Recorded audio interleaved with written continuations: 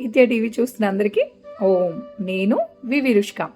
ఈరోజు వంటిల్లు వైద్యశాలలో మరో చిట్కా తెలుసుకుందాము. అంటే మనకి కొన్నిసార్లు ఆగకుండా తుమ్ములు వస్తూ ఉంటాయి. అలా తుమ్ములు వచ్చినప్పుడు మనం ఏ చిట్కా పాటిస్తే ఆ తుమ్ములు తగ్గుతాయో తెలుసుకుందాము. కొత్తిమీర తీసుకొని ఆ కొత్తిమీర నలిపి దాన్ని స్మెల్ చూస్తూ ఉండాలి. అలా స్మెల్ చూస్తే ఆ తుమ్ములు ఆగిపోతాయి. తుమ్ములు వచ్చిన ప్రతిసారి తరచూ అలా చేస్తే మనకు తుమ్ములు రావడం కూడా తగ్గిపోతుంది. ప్రయత్నించండి.